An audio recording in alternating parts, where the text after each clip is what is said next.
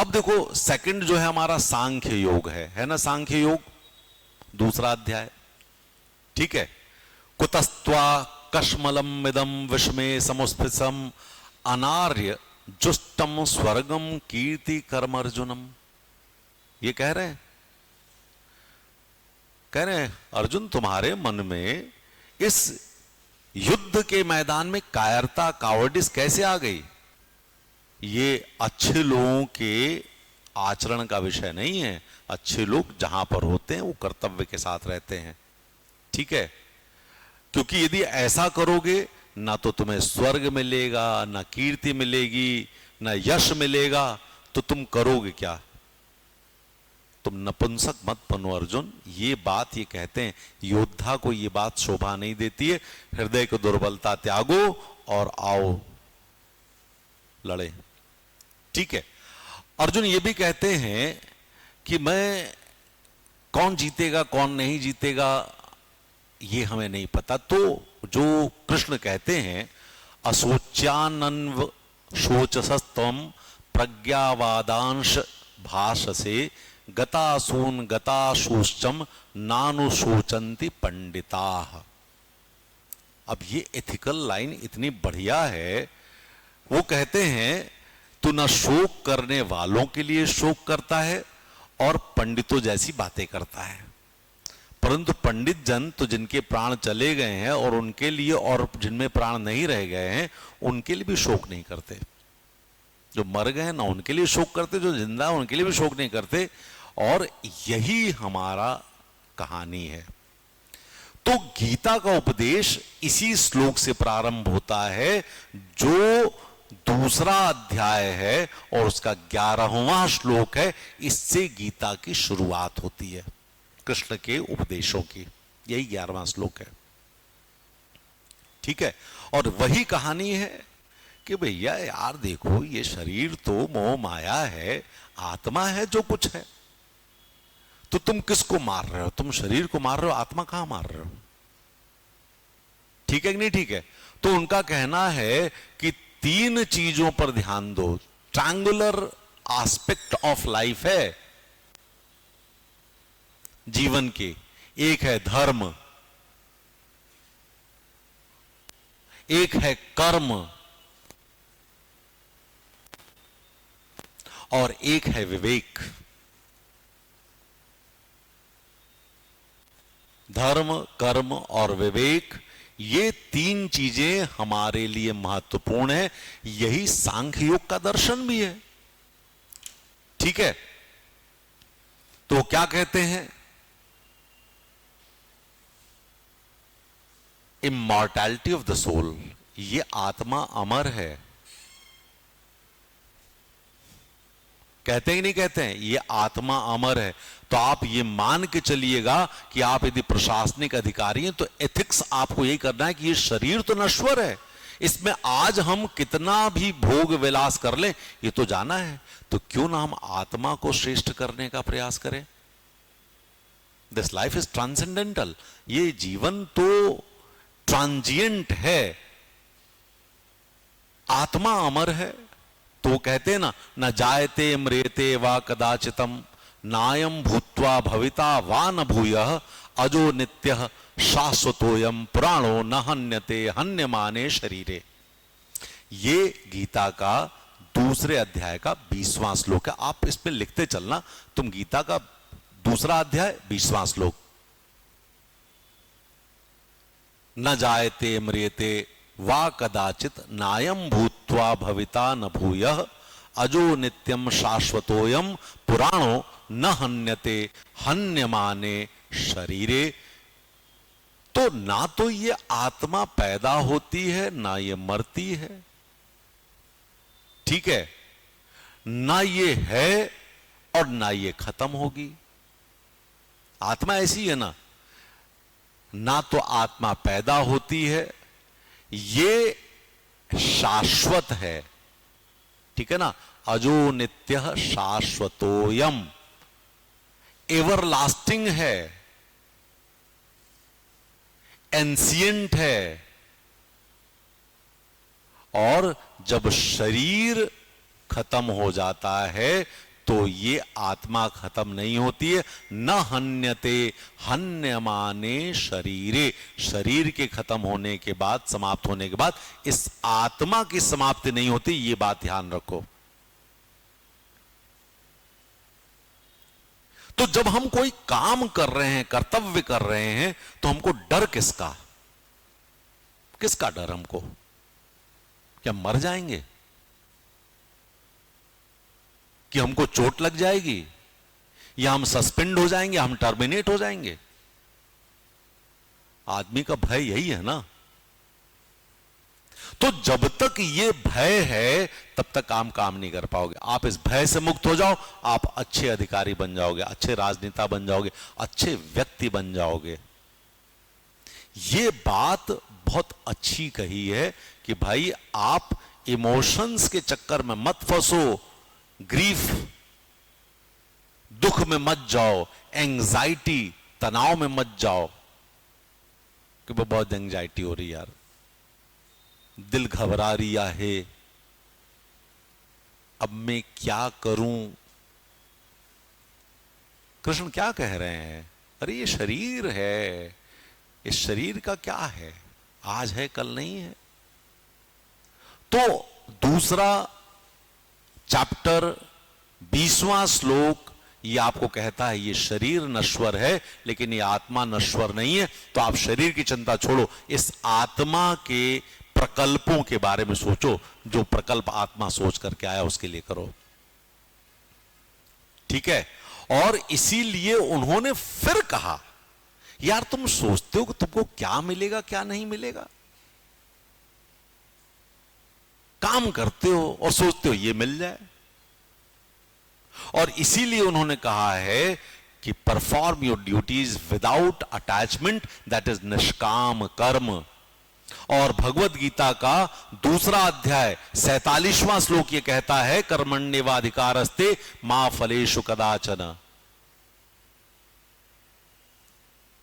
क्या कह रहा है? कर्मण्येवाधिकारस्ते मा फलेषु कदाचन मा कर्म फले हेतु भूर्मा ते संगोस्त्व कर्मणि। ठीक है,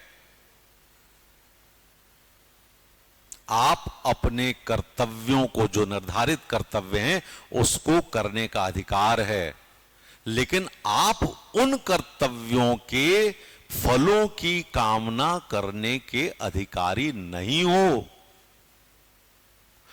याद रखो, तुम अपने कर्मों के परिणामों का कारण नहीं हो।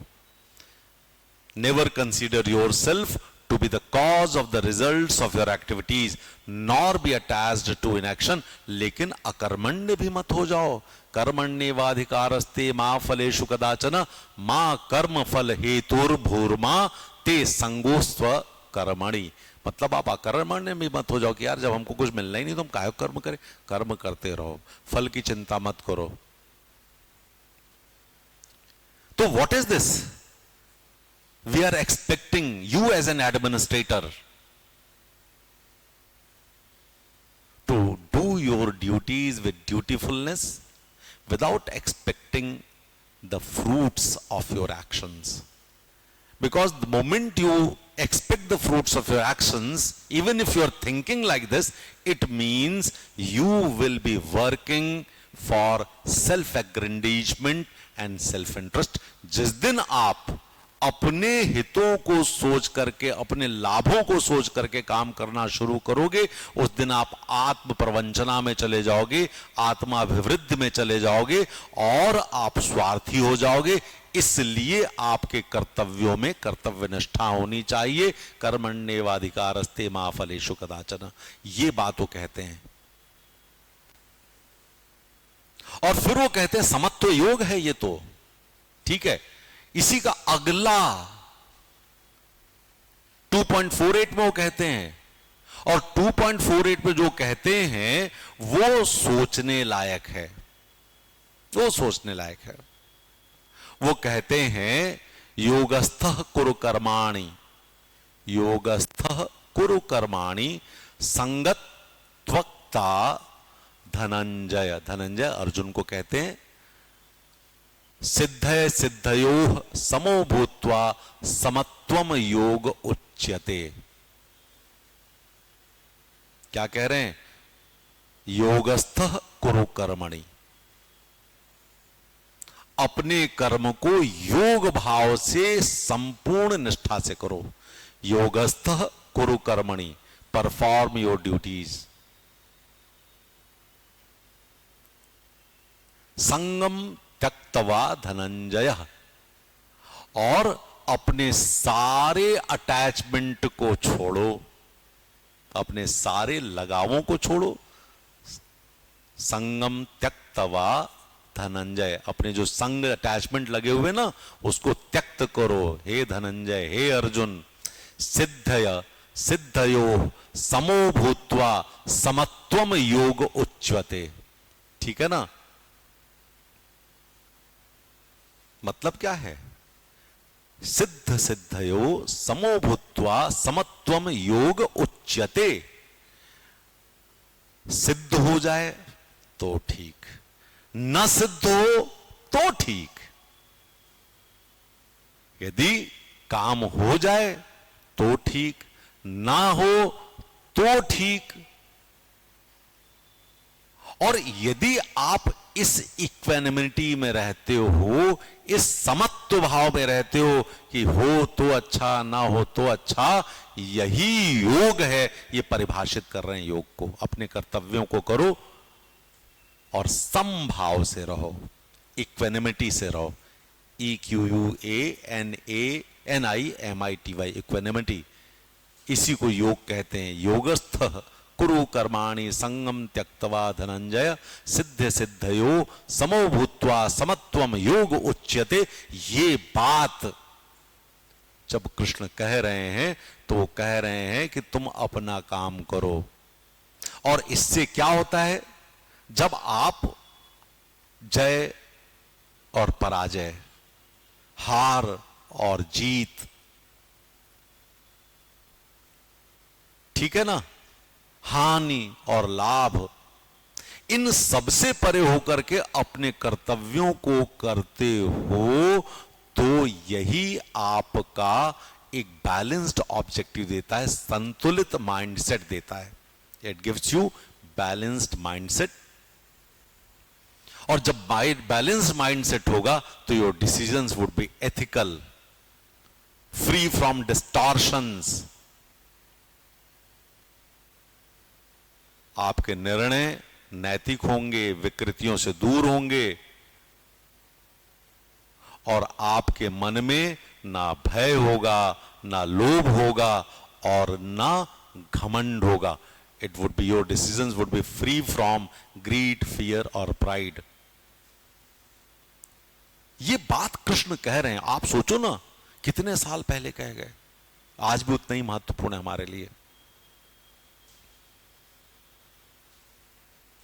और फिर कहते हैं हे अर्जुन स्थिति प्रज्ञ हो जाओ। क्या कहते हैं? अगला पॉइंट क्या है?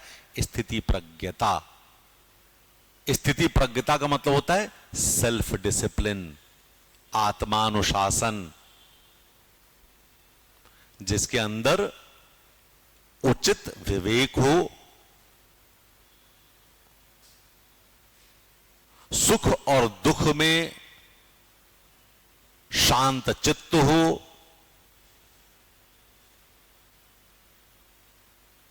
person who has prudent wisdom, remains calm in the face of both pleasures and pains, success and failure, profits and losses।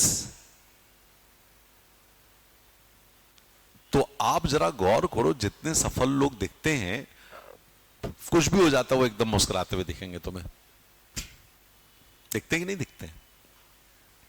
और वो लोग जो तुरंत ही रोने धोने लगते हैं, उनका इमोशनल इंटेलिजेंस कम होता है। तो ये बेसिकली जो स्थिति प्रज्ञता है, ये गीता का इमोशनल इंटेलिजेंस की बात करता है।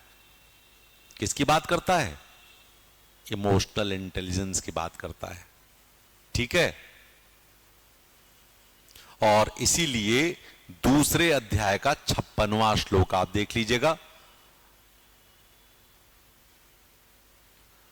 दुखेष्वनु द्विमग्ना, दुखेष्वनु द्विग्न मनाः सुखेषु विगत स्पृह वीतराग भय क्रोधः स्थिति धीमुर्निच्यते। मतलब कष्ट हो, फायदा हो, लाभ हो, हानि हो, तो ना तो आपके पास फियर है ना एंगर है। और यही आपके लिए मैं हमेशा कहता हूं, ये जो स्थिति प्रज्ञता है, ये आज की तारीख में प्रशासनिक एथिक्स का एक बहुत बड़ा भाग है। प्रूडेंस होना चाहिए, ठीक है। और इसीलिए वो कहते हैं, जो 62-63वां श्लोक है दूसरे अध्याय का, 62वां-63वां श्लोक है, वो कहते हैं कि भाई डिजायर्स और अटैचमेंट जो है ये एथिकल मिसस्टेप्स के लिए कारण है। यदि आप नैतिक निर्णय गलत लेते हो, अनैतिकतापूर्ण निर्णय लेते हो, तो उसका कारण आपकी आकांक्षाएं, आपकी अपेक्षाएं और आपका लालच है। ध्यायतो विषयान पुंसः संगस्तेष पूजायते संगात् संजायते कामः कामात् क्रोधो विजायते। ठीक है, जब आप अटैचमेंट कर लेते हो, आकांक्षाएं बना लेते हो और उन इच्छाओं के तहत काम करते हो और वो पूरी नहीं होती हैं, तो आप क्रोधित होते हो। और जब आप क्रोधित होते हो तो आपका मस्तिष्क विवेकशील नहीं रह जाता। क्यों? क्योंकि आकांक्षाओं के पूरा न होने पर विषाद होगा और विषाद होने पर क्रोध आएगा और क्रोध आने पर आपके आगे वाले निर्णय भी गलत हो जाएंगे। और इसलिए वो कहते हैं कि इसका जो सबसे बड़ा कारण है कि आप ध्यान रखो, you have to self control yourself. आपको आत्मनियंत्रण करना चाहिए। ये एथिकल अगला पॉइंट है, सेल्फ कंट्रोल, जो उन्होंने 62वें-63वें श्लोक में दिया है भगवत गीता के। और वो कहते हैं कि हमारे कार्यों के बहुत उच्च आदर्श और उच्च उद्देश्य हैं। आप बहुत सीमित सोचते हो। आप तैयारी कर रहे हो, आप सोचते हो हम पास हो जाएं, बहुत सीमित सोच रहे हो। आप सोचो कि यदि जब हम पास हो जाएंगे तो हम कितने लोगों की जिंदगी को कितना बेहतर कर पाएंगे। अपने बारे में क्यों सोच रहे हो रिंकू सिंह? क्यों सोच रहे हो अपने बारे में? आप सोचो कितने लोगों के लिए कितना अच्छा कर सकते हो, कितने लोगों की जिंदगियों को तुम बेहतर कर सकते हो, कितने लोगों के लिए तुम ईश्वर की तरह से हो सकते हो, कितने लोगों को तुम पीड़ाओं से मुक्ति दे सकते हो। तो जब आप इस समाज में पैदा हुए हो तो आप बहुत सीमित मत सोचिए, आप वृहद स्तर पर सोचिए। You think about the cosmic order, you think about the larger perspective of life. आप इस भूमंडल से परे जाइए, आप एक वृहद क्षेत्र को सोचिए, जो एक्शन से ऊंचे के लिए हैं, बड़े काम हैं, बड़ा कैनवास है जिस पर हमको रंगना है। तो ये लिखा है उन्होंने भगवत गीता के 31वें श्लोक में, दूसरे अध्याय के, दूसरा अध्याय 31वां श्लोक। ठीक है, स्वधर्मपि चावेक्ष न विकंपित महर्षि धर्मयाद्धि युद्धाक्षे योन्यत क्षत्रस्य न विद्यते।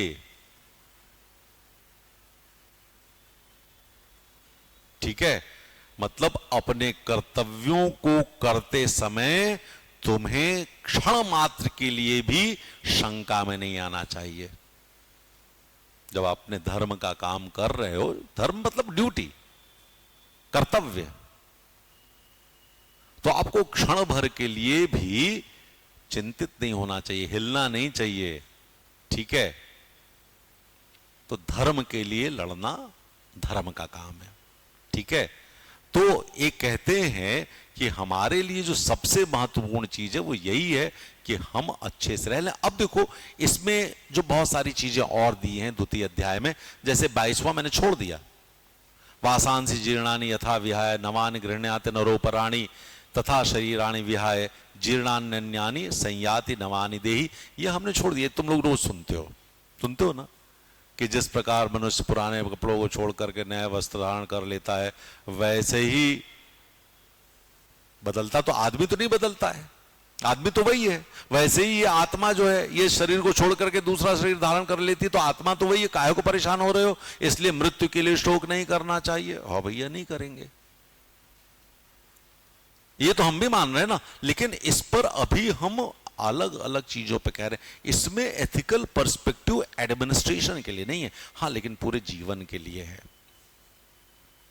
क्योंकि वो कहते हैं जब अगला जीवन आप लेते हो तो आप क्या बनोगे? मनुष्य बनोगे, कीड़े मकोड़े, कुत्ता बिल्ली गधा घोड़ा, पता नहीं क्या बन जाओ। इसलिए अच्छे कर्म करो। वो वहां पर अभी हम बात अलग रख रहे हैं, वो बात आज का मुद्दा नहीं है। जो एथिकल पर्सपेक्टिव इन एडमिनिस्ट्रेशन की बात कर रहे हैं वो हमारे विषय से भटकने वाली चीज हो जाएगी। नहीं तो वो भी लिख देते नैनम छंदन्ते शस्त्राणि नैनम दहति पावका, सुना है ना? ना तो इसको शस्त्र मार सकते हैं, ना ये आग जला सकती है, न चैनम क्लेदयन तापो न शोषयत मारतो, ठीक है ना? इसमें क्या है? ना तो शरीर जला सकता है, ना प्रभाव कर सकता। आत्मा को तो ये सब स्पर्श भी नहीं कर सकते। ये सब तो यहां बाहर की चीजें। कहां परेशान हो रहे हो भाई? तुम आत्मा को देखो, और हम देख शरीर को रहे होते हैं। ये है हकीकत की नहीं है? क्लियर? तो ये भी आप ध्यान रखिएगा, ये हमारा एक ऐसा चैप्टर है जो आपको ज्यादा बेहतर समझ देता है।